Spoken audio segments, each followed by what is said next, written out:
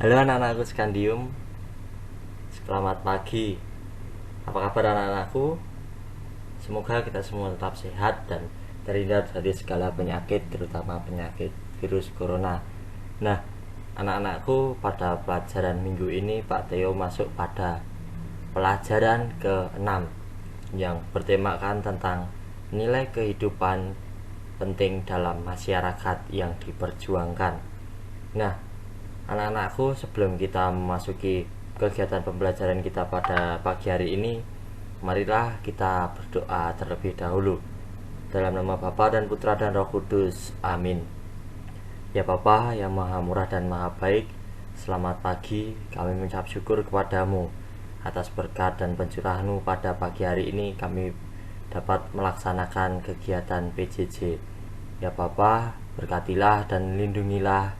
Semoga kegiatan PJJ pada hari ini dengan tema nilai-nilai kehidupan penting dalam masyarakat yang diperjuangkan dapat kami terapkan dalam kehidupan kami sehari-hari, terutama dalam mewartakan kabar sukacita di masyarakat dan di gereja. Ya Bapa, doa yang kurang sempurna ini kami haturkan kepadamu demi Kristus Tuhan dan pengantara kami. Amin. Dalam nama Bapa dan Putra dan Roh Kudus. Amin. Nah, anak-anakku, pada minggu-minggu yang lalu kita sudah telah menggeluti tema tentang panggilan hidup manusia. Nah, pada bab 2 ini kita akan belajar tentang memperjuangkan nilai-nilai kehidupan manusia dalam masyarakat. Nilai-nilai kehidupan yang perlu diperjuangkan yaitu keadilan, kejujuran, kebenaran, kedamaian, dan keutuhan ciptaan atau lingkungan hidup. Nah, pada kegiatan pembelajaran ini akan dibahas tentang nilai-nilai kehidupan manusia yang perlu diperjuangkan, yaitu keadilan, kejujuran, kebenaran, kedamaian, serta keutuhan lingkungan hidup atau keutuhan ciptaan. Hal-hal tersebut merupakan nilai-nilai dasar hidup Kristiani. Keadaan merupakan suatu kondisi yang didambakan setiap insan manusia. Adil berarti tidak berat sebelah, berpihak kepada yang benar atau berpegang pada kebenaran. Keadilan berarti memberikan kepada setiap orang apa yang menjadi haknya, baik itu hak asasi maupun hak sipil. De facto dalam kehidupan masyarakat kita menemukan banyak praktek ketidakadilan, entah dari segi ekonomi, politik, hukum, sosial, dan budaya. Semua tindakan ini menunjukkan bahwa masyarakat kita sadar atau tidak sadar sering tidak menghormati hak milik orang lain. Sebagai orang Kristen, kita yakin bahwa Allah adalah penguasa tertinggi dan pemilik segala sesuatu. Ia menganugerahkan kepada manusia hak milik. Apa yang diperoleh atau dicapai dengan usahanya sendiri dapat juga ia gunakan bagi kepentingan pribadi.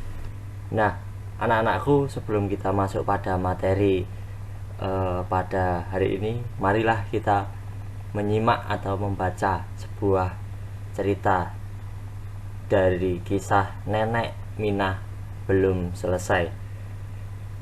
Seorang nenek warga Banyumas, Jawa Tengah belum lama ini divonis bersalah oleh Pengadilan Negeri Purwokerto karena mencuri kakao milik PT Rumsari Antan. Majelis hakim menghukum Minah 1 bulan dengan masa percobaan 3 bulan tanpa harus menjalani kurungan tahanan. Dengan begitu, ia tak perlu menjalani hukuman asal berkelakuan baik. Kini ibu 7 anak dan nenek belasan cucu ini sudah kembali menjalani kehidupan seperti biasa. Saat ditemui SCTV di kediamannya di Desa Dharmakradenan, Kecamatan Aji Barang, Banyumas, Jawa Tengah, Minah menjalani aktivitasnya dengan semangat baru. Kondisi ini berbeda saat ia menghadiri pembacaan vonis. Minah tak kuasa membendung air mata karena ketakutan. Kisah Minah mengundang simpati masyarakat. Usianya yang sudah lanjut ikut meringankan putusan hakim. Tapi benarkah drama sudah selesai? Tampaknya ia belum bisa bernafas lega karena jaksa penuntut umum menyatakan masih pikir-pikir. Di persidangan, Minah mengaku hanya mengambil 3 butir kakao seharga Rp2.000 dan juga mengembalikannya. Tapi manajemen PT Rum Sari Antan mengatakan biji kakao yang dicuri nenek Minah jumlahnya mencapai 3 kg seharga Rp30.000. PT Rampun Sari Antan memiliki lebih dari 200 hektar tanaman kakao di Desa Dharma Radenan, Banyumas, Jawa Tengah. Jika melihat dari luasnya kebun, sebenarnya 3 biji kakao yang dicuri Minah tidak akan membuat perusahaan bangkrut. Namun manajemen PT Rumpun Sari Antan tetap bersih keras membawa Minah ke pengadilan dengan alasan untuk memberikan efek jera bagi masyarakat. Pihak perusahaan mengaku puas dengan vonis pengadilan. Siapa yang salah memang harus dihukum.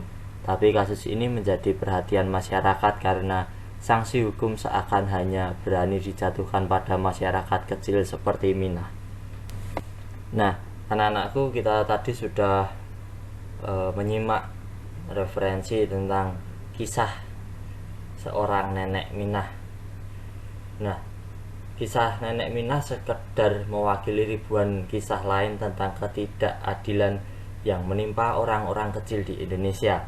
Banyak orang kecil yang tidak mendapatkan keadilan yang semestinya dari negara melalui para penegak hukum.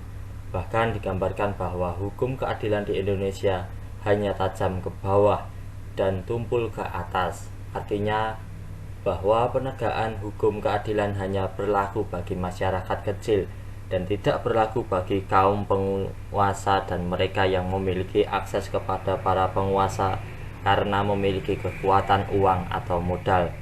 Hukum keadilan diperjualbelikan dengan uang ataupun kekuasaan. Nah, anak-anakku, sekarang kita masuk pada arti dan makna keadilan. Keadilan berarti memberikan kepada setiap orang yang menjadi haknya. Misalnya, hak untuk hidup yang wajar, hak untuk memilih agama atau kepercayaan, hak untuk mendapatkan pendidikan, hak untuk bekerja, hak untuk memiliki sesuatu, hak untuk mengeluarkan pendapat, dan sebagainya. Keadilan menunjukkan pada suatu keadaan, tuntutan, dan keutamaan. Keadilan sebagai keadaan menyatakan bahwa semua pihak memperoleh apa yang telah menjadi hak mereka dan diperlukan sama. Misalnya, di negara atau lembaga tertentu ada keadilan. Semua orang diperlakukan secara adil atau tidak pandang suku, agama, ras, atau aliran tertentu. Keadilan sebagai tuntutan menuntut agar keadilan adil itu diciptakan baik dengan mengambil tindakan yang diperlukan maupun dengan menjauhkan diri dari tindakan yang tidak adil. Keadilan sebagai keutamaan adalah sikap dan tekad untuk melakukan apa yang adil. Nah, anak-anakku, ada 3 jenis keadilan, yaitu keadilan komutatif, keadilan distributif, dan keadilan legal. Keadilan komutatif menuntut kesamaan dalam pertukaran, misalnya mengembalikan pinjaman atau jual beli yang berlaku pantas, tidak ada yang rugi. Yang kedua, keadilan distributif menuntut kesamaan dalam membagikan apa yang menguntungkan dalam menuntut pengorbanan, misalnya kekayaan alam dinikmati secara adil dan pengorbanan untuk pembangunan ditanggung bersama-sama dengan adil. Dan yang ketiga, keadilan legal menuntut kesamaan hak dan kewajiban terhadap negara sesuai dengan undang-undang yang berlaku. Nah, perwujudan keadilan dalam 3 arti tersebut di atas sangat tergantung pada pribadi-pribadi yang bersangkutan. Entah mereka mau bersikap adil atau tidak, tetapi hal itu juga tergantung pada struktur sosial, politik, ekonomi, dan budaya. Keadilan yang tergantung pada pribadi-pribadi dapat diberi contoh, misalnya upah yang tergantung pada sang majikan untuk para karyawan atau buruh. Ini disebut keadilan individual. Perwujudan keadilan yang tergantung dari struktur dan proses politik, ekonomi, sosial, dan budaya mau mengatakan bahwa misalnya seorang buruh tidak hanya tergantung pada rasa keadilan sang majikan, tetapi juga dari situasi ekonomi dan politik yang ada. Ini disebut keadilan sosial. Nah, bentuk-bentuk ketidakadilan dalam masyarakat. Ketidakadilan itu tampak nyata dalam bentuk-bentuk antara lain tindakan perampasan dan penggusuran hak milik orang, pencurian, perampokan, dan korupsi. Yang kedua, tindakan pemerasan dan rekayasa. Dan yang terakhir, tindakan atau keengganan membayar utang, termasuk kredit macet yang berbuntut merugikan rakyat kecil dan sebagainya. Nah, semua tindakan tersebut menunjukkan bahwa masyarakat kita, sadar atau tidak sadar, sering tidak menghormati hak milik orang, termasuk hak milik masyarakat dan negara. Ada dua hal akar dari permasalahan ketidakadilan. Yang pertama, kemiskinan dan kesengsaraan yang terjadi dalam masyarakat kita lebih banyak disebabkan oleh sistem dan struktur sosial politik, ekonomi, dan budaya yang tidak adil. Sistem sosial, politik, dan ekonomi yang dibangun oleh penguasa dan penguasa sering menciptakan ketergantungan rakyat kecil. Di samping itu, pembangunan ekonomi, sosial, politik dunia dewasa ini belum menciptakan kesempatan yang luas bagi orang-orang kecil, tetapi justru mempersempit ruang gerak mereka untuk mengungkapkan jati dirinya secara penuh. Kita dapat melihatnya dalam lingkup yang besar di dalam percaturan negara-negara, dan kita mengalaminya di dalam lingkup yang kecil di dunia, di lingkungan kita sendiri. Orang-orang kecil tetap saja menjadi orang yang tersisih dan menderita. Keadaan ini tidaklah adil. Dan yang kedua, ada berbagai bentuk ketidakadilan, misalnya sikap diskriminatif dan tidak berperi kemanusiaan terhadap kaum perempuan, pendatang atau imigran, penganiayaan karena asal-usul etnis ataupun atas dasar kesukuan yang kadang-kadang berakibat pembunuhan massal, penganiayaan terhadap orang-orang yang memiliki kepercayaan tertentu oleh partai-partai penguasa karena ingin mempertahankan kepercayaan yang mereka anut, perlakuan semena-mena terhadap orang-orang dari aliran politik tertentu masih sering terjadi. Nasib orang-orang jompo, yatim piatu, orang sakit, dan cacat sering tidak diperhatikan. Orang-orang ini tentu saja sangat menderita karena tidak mampu berbuat apa-apa. Nah, anak-anakku, sekarang kita masuk pada ketidakadilan menurut kitab suci. Amos 5 ayat 7-15 yang mengatakan, "Hei kamu yang mengubah keadilan menjadi ipuh dan menghempaskan kebenaran ke tanah. Dia yang telah membuat bintang Kartika dan bintang berlantik, yang mengubah kekelaman menjadi pagi dan yang membuat siang gelap seperti malam. Dia yang memanggil air laut dan mencurahkannya ke atas permukaan bumi, Tuhan itu namanya. Dia yang menimpakan kebinasaan atas yang kuat, sehingga kebinasaan datang atas tempat yang berkubu. Mereka benci kepada yang memberi teguran di pintu gerbang, dan mereka keji kepada yang berkata dengan tulus ikhlas. Sebab itu, karena kamu menginjak-injak orang yang lemah dan mengambil pajak gandum daripadanya, tetapi sekalipun kamu telah mendirikan rumah-rumah dari batu pahat, kamu tidak akan mendiaminya. Sekalipun kamu telah membuat kebun anggur yang indah, kamu tidak akan minum anggurnya. Sebab aku tahu bahwa perbuatanmu yang jahat banyak dan dosamu berjumlah besar. Hei kamu yang menjadikan orang benar terjepit, yang menerima uang suap, dan yang mengesampingkan orang miskin di pintu gerbang.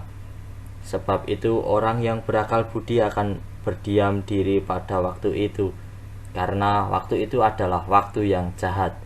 Carilah yang baik dan jangan yang jahat, supaya kamu hidup. Dengan demikian Tuhan Allah semesta alam akan menyertai kamu, seperti yang kamu katakan.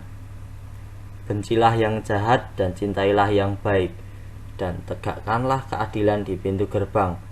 Mungkin Tuhan Allah semesta alam akan mengasihi sisa-sisa keturunan Yusuf. Selain dari perikop Amos, mari kita juga menyimak dari bacaan Injil perikop tentang Lukas 11 ayat 37 sampai 46 yang mengatakan ketika Yesus selesai mengajar, seorang Farisi mengundang dia untuk makan di rumahnya. Maka masuklah ia ke rumah itu, lalu duduk makan. Orang Farisi itu melihat hal itu dan ia heran karena Yesus tidak mencuci tangannya sebelum makan. Tetapi Tuhan berkata kepadanya, "Kamu orang Farisi, kamu membersihkan bagian luar dari cawan dan pinggan, tetapi bagian dalammu penuh rampasan dan kejahatan.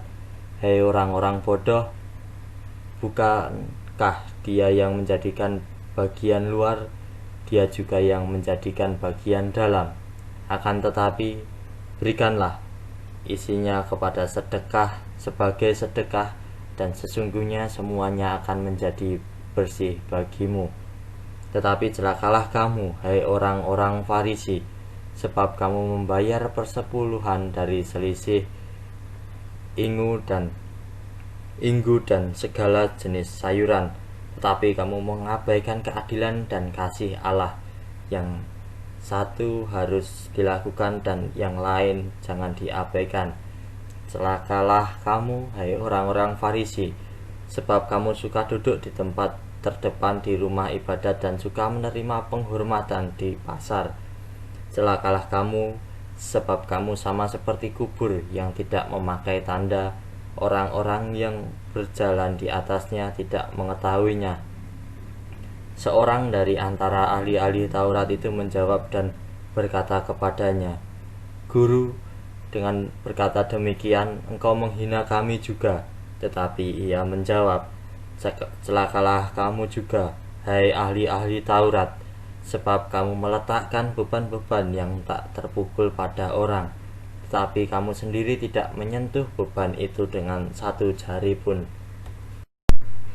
Nah, anak-anakku, kita tadi sudah menyimak dan membaca dua bacaan kitab suci, Amos dan Lukas. Nah, pada dasarnya keserakahan rupanya senantiasa terjadi sepanjang hidup manusia. Dalam kitab suci Amos 5 ayat 7 sampai 15 diceritakan tentang orang-orang yang serakah yang mendatangkan kemerataan bagi orang lain. Nah, situasi masyarakat atau bangsa Israel pada waktu Nabi Amos tampil adalah kekayaan dikuasai oleh sekelompok kecil orang yang merusak hidup mereka sendiri.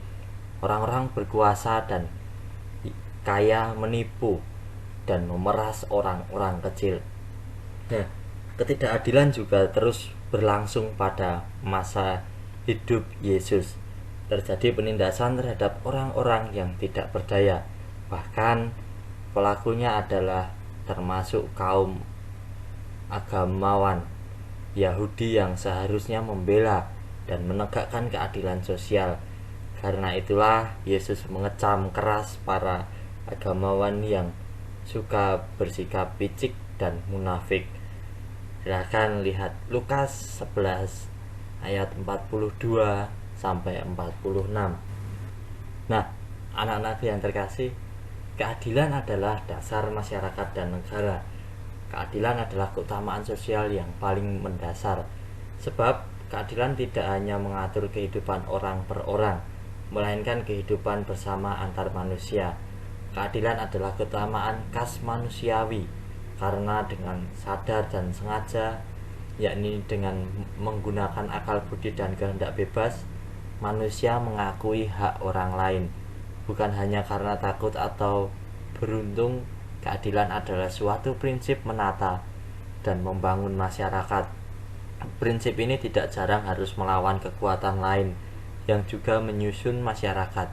Misalnya masyarakat kekuasaan, masyarakat yang dibangun berdasarkan ideologi tertentu dan sebagainya. Di mana tidak ada keadilan, maka masyarakat atau negara memiliki dasar yang. Nah, pola-pola atau cara pendekatan untuk menegakkan keadilan. Pola yang dapat digunakan untuk menegakkan keadilan adalah pola kooperatif. Pola ini melibatkan orang-orang yang tertindas untuk bersama-sama memperjuangkan keadilan. Nah, langkah-langkah yang harus diambil adalah yang pertama, kita perlu mempelajari dengan baik masalah hak-hak dasar manusia sehingga orang dapat menentukan mana yang perlu dilindungi dan mana yang perlu ditegaskan. Keadilan merupakan suatu kenyataan yang harus diperjuangkan untuk menghadapi situasi dunia yang tampak makin tidak menentu, di mana ketidakadilan dan pemerkosaan terhadap hak-hak dasar manusia terjadi. Tidak seorang pun boleh dirampas hak-haknya, dan tidak ada orang yang boleh merampas hak orang lain, karena semua manusia adalah makhluk Tuhan yang luhur. Dan yang kedua, keadilan hanya dapat diperjuangkan dengan memberdayakan mereka yang menjadi korban ketidakadilan. Tidak cukup hanya dengan karya belas kasih.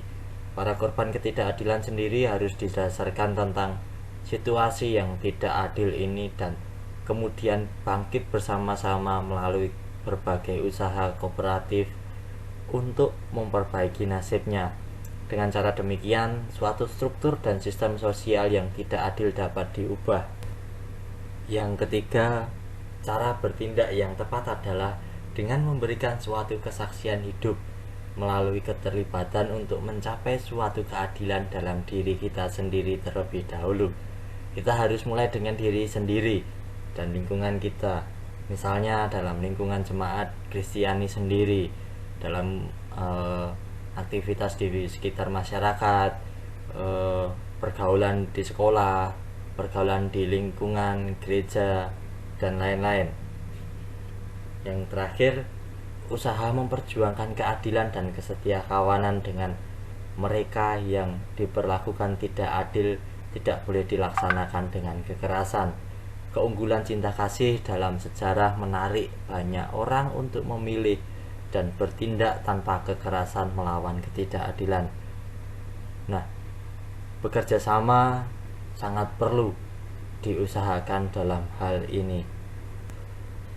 Nah, anak-anakku yang terkasih, tadi kita sudah menyimak, membaca sebuah referensi, bacaan kitab suci, ajaran-ajaran gereja, dan materi ketidakadilan. Nah, anak-anakku, sekarang Pak Dewa akan memberikan tugas terdiri dari 4 soal. Silahkan kerjakan dengan sungguh-sungguh, dengan jujur, jangan cari di Google. Silahkan kerjakan secara mandiri dan secara singkat saja. Soal yang pertama, jelaskan arti dan makna keadilan. Yang kedua, sebutkan dan jelaskan 3 jenis keadilan. Dan yang ketiga, jelaskan apa isi dari bacaan kitab suci Lukas 11 ayat 37 sampai 46. Dan yang terakhir, sebutkan ketidakadilan dalam masyarakat dan negara. Nah, anak-anakku, silahkan kerjakan dengan sungguh-sungguh, benar, dan jujur. Kalau sudah selesai mengerjakan, silahkan kirim di Google Classroom yang sudah Pak Theo buatkan formnya di tempat pengumpulan tugas. Nah, anak-anak yang terkasih, demikianlah pembahasan kita pada hari ini tentang nilai-nilai kehidupan penting dalam masyarakat yang diperjuangkan. Semoga kita semua dapat memaknai arti dari nilai-nilai kehidupan dalam bermasyarakat, yaitu bersikap adil dalam kehidupan bermasyarakat. Nah, anak-anak yang terkasih, sebelum kita menutup kegiatan pembelajaran kita hari ini, marilah Kita berdoa terlebih dahulu. Dalam nama Bapa dan Putra dan Roh Kudus. Amin. Ya Bapa, kami mengucap syukur kepadamu atas berkat dan pencurahan-Mu pada pagi hari ini. Kegiatan PJJ Pendidikan Agama Katolik dan Budi Pekerti berjalan dengan lancar. Ya Bapa, semoga kami dapat memaknai nilai-nilai kehidupan dalam hidup bermasyarakat, dan semoga kami bersikap adil dalam bermasyarakat. Ya Bapa, kiranya Engkau selalu melindungi dan memberkati kami, semoga terhindar dari segala penyakit, terutama penyakit virus corona. Dan ya Tuhan, kami juga tidak lupa memohon kepadamu, semoga pandemi COVID-19 ini cepat berlalu, sehingga kami dapat melaksanakan kegiatan belajar mengajar di sekolah seperti biasa. Kemuliaan kepada Bapa, Putra, dan Roh Kudus, seperti pada permulaan, sekarang, selalu, dan sepanjang segala abad. Terpujilah nama Yesus, Bunda Maria, dan Santo Yosef untuk selama-lamanya. Dalam nama Bapa dan Putra dan Roh Kudus. Amin. Terima kasih anak-anakku. Demikianlah kegiatan pembelajaran jarak jauh dengan tema nilai-nilai kehidupan penting dan dalam masyarakat yang diperjuangkan. Semoga kita semua dapat memaknai nilai-nilai kehidupan penting dalam masyarakat. Terima kasih dan berkah dalam.